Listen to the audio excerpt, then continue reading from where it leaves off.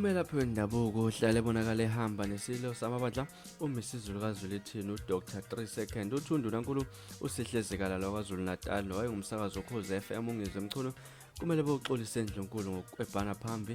kwesilo uZikalala noMchunu bavulelana amacala okushaya uNgizwe usoluzwikalala ngokumukha ngempama noZikalala omvulela icala okungacaci ukuthi lingelani ukwebhana kuthiwa kwenzeke Moses Mabhede emcimbini wengoma ngeledlule u3 second uthi lokhu kube yichilo elikhulu kakhulu njengoba kwenzeke emagcekeni ebenyathela isilo uMisizulu ngokomthetho kufanele ngabe ngithi uNdlunkulu makaqhutshwe inkosi yakhe yoxolisa ngithi uhlanya emali uqhutshwe inkosi yalo luze lapha bese bangiqhuba eNdlunkulu ngoba baphoxa uZulu ngikhuluma njengomuntu okumele avikele isithunzi samakhosi ngoba agcina sexhashaza uhulumeni athathele noma kanjani kumele ahlonishwe amakhosi ngoba khona naseBhayibhelini ngikhuluma lokhu nje ba ebekuwumcimbi wesintu kusho lapha uDr 3Second eqhuba uthe uNgizwe emazi kahle ukuthi esikhathini esiningi uyaphuma esandleni esedelela lapha kodwa umchaze njengomuntu ofanele ukunconya esigamekeni sakamuva lapha okungaphindiseli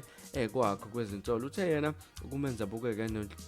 enenhlonipho uNdlunkulu phakathi nesonto kuze kwaphoqa ukuthi ikhasi likaZikalala leFacebook livala abantu bangabe basavumeleke ukuphawula njengoba bebelokhu belwe bekhala ngokuthi wenzeni uNgizwe ikhasi seliphindile elavula futhi njengoba kusabatshazwa enkulu nemisebenzi kaZikalala ensuku zonke uNgizwe udalula ukuthi uphila nesifuba somoya okwenze wathola kanzima emva kwesigaba khala nangezihlungu esifubeni ngaphandle kuka 3 second nje kusabalele enye ivideo aphinde yenza izakhamuzi zasoluzwikalala njengoli wenkatha freedom phathi umntana mangosuthi Butholisi akhale ngendlela ukuziphatha engagcolisi kaZikalala ekube nomholi wesifundazwe bengenza kwethu izona ndaba benginiphathele zona namhlanje kwezisenkezweni mhlawumbe wena engakuthini kwakho ukuphawula lapha uDr 3 second usethatha isinqumo sokuthi kumele baqhutshwe bayoxolisa enkosini lapha ngokuhlambalaza nje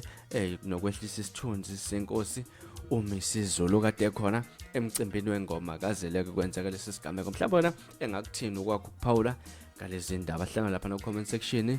sibhunge lolu daba ekuzona indaba ezisenkezwe namhlanje bese nilethela zona nishisa ngicela enze sho ukuthi na subscribe ningakhohlwa ukucomment nokulike kanjalo futhi nokushare okubaleka kakhulu kunakho konke oyinganza kwethu niphathe kahle nibe nosuku lomnandi sinithanda kakhulu.